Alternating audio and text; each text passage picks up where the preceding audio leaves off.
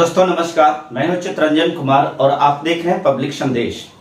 दोस्तों आज की ये जो वीडियो है, इस वीडियो में दिल दहलाने वाली खबरें आ रही है और ये खबर ऐसा है कि बिहार के अंतर्गत, बिहार राज्य के अंतर्गत नवादा एक जिला है और नवादा जिला में ही मुफस्सिल थाना अंतर्गत ददौर क्षेत्र में स्थित कृष्णा नगर दलित कॉलोनी है, दलित बस्ती है, जहां पर कहते हैं ना कि जो दबंग कहते हैं अपने आप को कि दबंग हैं, वो दबंग प्रवृत्ति के लोगों ने वहां करीब 80 घरों को जला दिया है।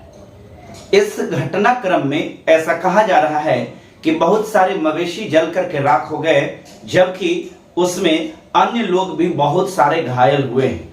हताहत और मृत लोगों की खबर तो नहीं प्रकाश में आया है, परंतु ऐसा माना जा रहा है कि इस प्रकार की भीषण घटना में बहुत सारे लोगों की मृत्यु भी हुई है।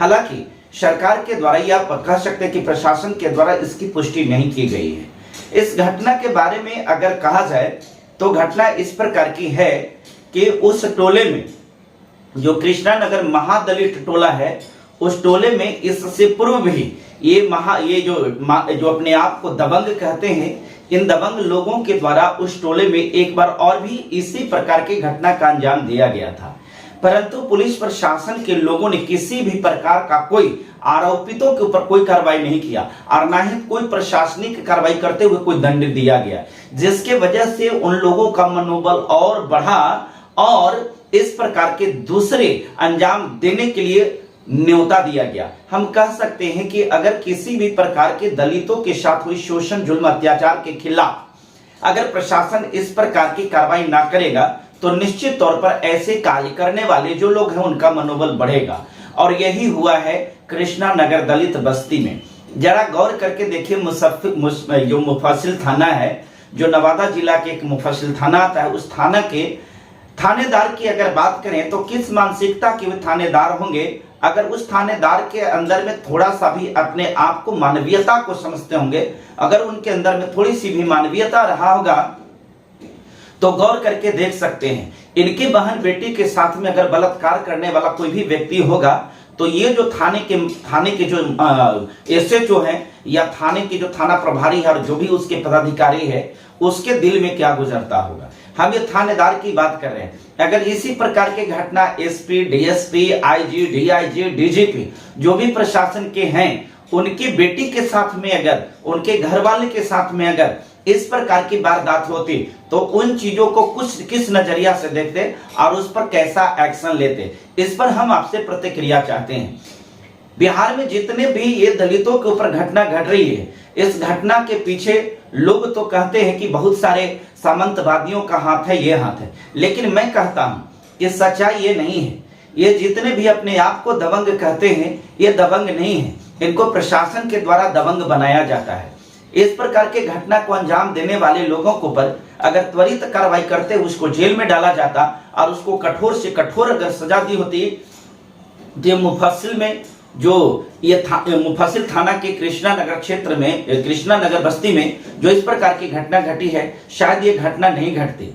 इस प्रकार के मानसिकता रखने वाले पदाधिकारियों की वजह से उनके इस कह सकते कायराना हरकत के वजह से उनको जो शह दिया जाता है, इसके वजह से भी इससे ही इस प्रकार की घटना घटती है। मानो बिहार में वैसी स्थिति आ गई है कि बिहार के इन महादलित लोगों को हथियार उठाने के लिए विवश किया जा रहा है। उन समय को याद करिए जिस समय ये अपने आप को जो दबंग कहते हैं।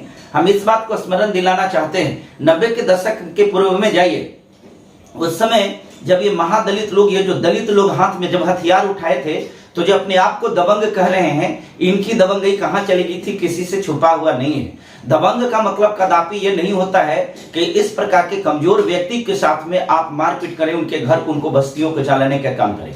इस बात को तो स्पष्ट माना जाता कि ये जो आप करते हैं, ये इसलिए ही आप करते हैं कि आपके परिवार, आपके समाज, ये आप के लोग जो होते हैं थाने में होते हैं और आपको मालूम है कि इस प्रकार के प्रशासन हमारे ऊपर कोई कार्रवाई नहीं करेगी। आपको मालूम है कि उच्च कुर्सी पर बैठा हुआ जो पदाधिकारी है वो आपका बहनोई होता है, वो आपका ससुर होता है, आपका दामाद होता है, और इसके वजह से आपको मालूम है कि वो आपके इस घिनौनी हरकत पर कोई कार्रवाई नहीं करने वाला होता है।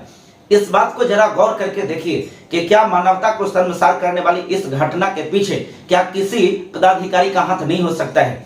आखिर अभी तक पुलिस पदाधिकारी वैसे लोगों को गिरफ्तार क्यों नहीं किया? आखिर वैसे लोग जो पूर्व में भी घटना दिया था, जिसकी शिकायत, लिखित शिकायत अगर की गई थी, तो आखिर उन लोगों के साथ में जो आरोपित हैं उनके साथ में कार्रवाई क्यों नहीं किया गया? क्या इस बात को यह पुष्टि नहीं कर सकता, यह नहीं करता है कि यहाँ के जो उस कुर्सी पर बैठे हुए जो कुर्सी पर बैठे हुए जो पदाधिकारी अपने आप को कहते हैं कि हम सरकारी कार्य में हैं, सरकारी कुर्सी पर बैठ करके सरकारी कमाई खाने वाले इन हरामी लोगों से पूछिए कि क्या आपको इसीलिए कुर्सी पर बैठाया गया है? क्या आपको इसी कार्य के लिए इस कुर्सी की जिम्मेवारी दी गई है? कदापि नहीं। आज जो 80 घरों को जलाया गया है, अगर वो लोग आतंकवादी बन जाए, अगर वो लोग हाथ में हथियार ले ले, तो यही उछल उछल कर जो कुर्सी पर बैठा हुआ अपने आप को थानेदार कहता है, जो बेशर्मी की हद को भी पार कर चुका है, जिसके अंदर में शर्म हया नाम की चीज नहीं है, जिसके अंदर में मानवता नाम की चीज नहीं है, क्या उछल उछल करके वैसे लोगों को अरेस्ट करने में, गिरफ्तार करने में, उसको मारने में, उसके बहन बेटियों के साथ में छेड़छाड़ करने में कोई कसर छोड़ेगा? नहीं छोड़ेगा। इस खबर के माध्यम से मैं जितने भी महादलित कैटेगरी के लोग हैं या जितने भी दलित समुदाय के लोग हैं उनसे ये बात बताना चाहते हैं। अगर इस खबर को आप उकसाना मानते हैं तो वो भी हमें मंजूर है, परंतु एक बात जरूर हम कहते हैं, सुभाष चंद्र बोस ने कहा था, अन्याय का विरोध करना प्रत्येक मनुष्य का कर्तव्य है, चाहे उसका परिणाम कुछ भी हो। अगर आज आप किसी व्यक्ति की गाली सुन रहे हैं और उस गाली का विरोध नहीं कर रहे हैं, तो आप निश्चित तौर पर इस बात को समझ लीजिए कि आप मार खाने के लिए न्योता दे रहे हैं। जब आपको मार खाने के बावजूद भी आप अपने आपके साथ मारपीट हुआ, उसका अगर विरोध नहीं कर रहे हैं, इसका मतलब हुआ कि आप अपने बहन बेटी को, मान सम्मान को बेचने के लिए तैयार हो गए। आपकी बहन बेटी को मान सम्मान, उसकी इज्जत लूट ली गई, फिर भी अगर आप इसका विरोध नहीं कर रहे हैं, इसका मतलब हुआ कि आप हत्या के लिए किसी को आमंत्रित कर रहे हैं। मेरे मित्रों, मैं आपको बताना चाहता हूं, संवैधानिक अधिकार है आपकी प्राण रक्षा, जो आर्टिकल 96 से लेकर के 106 तक आपको प्राइवेट डिफेंस में बताया गया है। कोई व्यक्ति अगर आपके साथ मारपीट करता है तो आप अपने सुरक्षा के लिए आप उसके साथ में मारपीट कर सकते हैं, यह कोई अपराध नहीं है। लाठी का जवाब लाठी से और गोली का जवाब गोली से, ये आपको देना ये संवैधानिक अधिकार है, ये कोई नॉन कॉन्स्टिट्यूशनल चीज नहीं है। जिस प्रकार से आपके साथ होता है और आप जो हिजड़ेपन के शिकार होते रह रहे हैं, आप जो इस प्रकार से मार खाते आ रहे हैं, आप एक मार खाते हैं लेकिन इससे एक ही व्यक्ति प्रभावित नहीं होता है। इस प्रकार के मानसिकता रखने वाले जो हरामी के औलाद होते हैं, इस प्रकार की मानसिकता रखने वाले जो नाजायज औलाद होते हैं, जो अपने आप को बाहुबली कहते हैं और दबंग कहते हैं, मैं गारंटी के साथ कहता हूं कि इससे हिजड़ा, इससे कायर कोई नहीं हो सकता है। अगर वास्तव में ये बाहुबली है, वास्तव में ये दबंग है, तो मैं चैलेंज करता हूं कि इनको लड़ने के लिए लोगों से चैलेंज करना चाहिए और युद्ध करना चाहिए, लड़ना चाहिए। इस प्रकार से चुपके से जाकर के किसी के घर में आग लगा देने वाला व्यक्ति कभी दबंग नहीं हो सकता है। मुझे तो इसकी पैदाइश पर भी शक होता है कि क्या वास्तव में इसकी पैदाइश भी सही रहा होगा। मैं मानता हूं कि मेरी शब्द है जो मर्यादा में नहीं है, परंतु क्या इन्होंने जो कार्य किया है ये मर्यादा में रहने वाली है। मुझे आप पर किसी व्यक्ति का कोई ऐसा कमेंट नहीं चाहिए कि आप बहुत अनाप शनाप बोल रहे हैं। मेरे बोलना ये व्यवस्था है, इसलिए कि हम एक मानव हैं और मानवता में विश्वास करता हूं और इस प्रकार के कृत्य का पूरी तरह से मैं विरोध करता हूं। और ऐसे करने वालों के लिए मेरे दिल में कोई सम्मान नहीं है, कोई रिस्पेक्ट नहीं है। मतलब साफ है, ऐसा करने वाला और ऐसे करने वाले को बचाने वाला ये व्यक्ति मनुष्य नहीं हो सकता है, ये जानवर भी नहीं हो सकता है। इसको बहसी कहा जा सकता है, ये दरिंदा हो सकता है। और कोई दरिंदा को, कोई बहसी को, कोई कॉन्स्टिट्यूशनल भाषा, उसके लिए कोई पार्लियामेंट्री भाषा नहीं होता है। मैं इस वीडियो के माध्यम से आप तमाम लोगों को जागरूक करने का कोशिश करता हूं कि ऐसे ऐसे लोगों को मुंहतोड़ जवाब आपको देना पड़ेगा।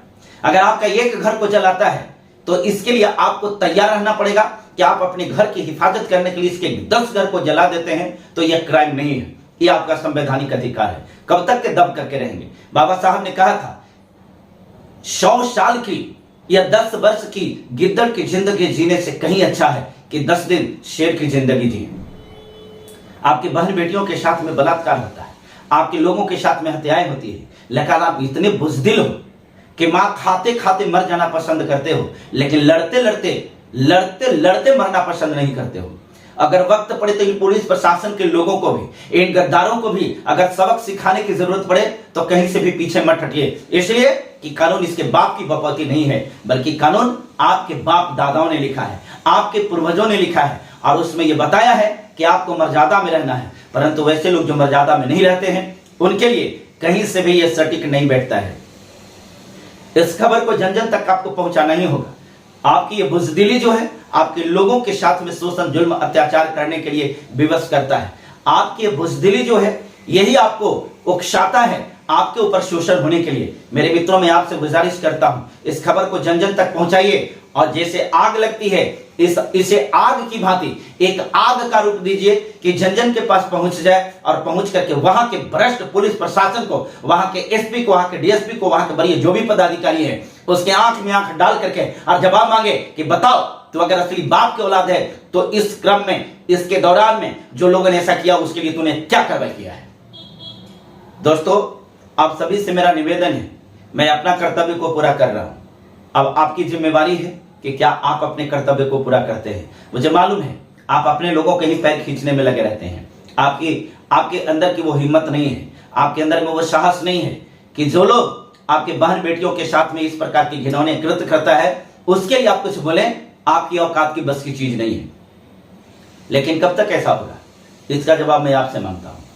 कब तक इस प्रकार से दुख, कब तक इस प्रकार के शोषण का शिकार आप होते रहेंगे, यह जवाब मैं आपसे मांगता हूं। कि आप इसी प्रकार से, आपने इसीलिए जन्म लिया है कि आपकी हत्याएं होती रही, आप मार खाते रहो, आप अपनी बहन बेटियों की इज्जत लुटवाते रहो, आपके घर जलाए जाते रहे, क्या इसीलिए आपके जन्म हुआ है? शायद नहीं। अब अगर नहीं तो आपको जागना होगा, आपको सतर्क होना पड़ेगा, आपको यूनाइट होना पड़ेगा और यूनाइट होकर के लड़ना पड़ेगा। जो बाबा साहब ने कहा था, शिक्षित बनो, संगठित हो और संघर्ष करो, क्योंकि जब तक आप संघर्ष नहीं करेंगे तब तक आपको अपना हक और अधिकार नहीं मिलेगा। फिलहाल इस वीडियो में इतना ही, फिर मिलते हैं इसी प्रकार के वीडियो को लेकर के जो आपको एक दिल को झंझोर करके रख देने वाली वीडियो होती है। मित्रों, मैं आपको देख रहा हूं, आपके सहयोग के बिना यह मुहिम पूरा नहीं हो सकता है। यह खबर नहीं बल्कि एक मुहिम है शेड्यूल कास्ट के लोगों को, मानव जाति के लोगों को बचाने का और अपने संवैधानिक अधिकार के तहत उनको पुरजोर आवाज उठाते हुए अपनी रक्षा और सुरक्षा करने का। बहुत बहुत शुक्रिया, धन्यवाद।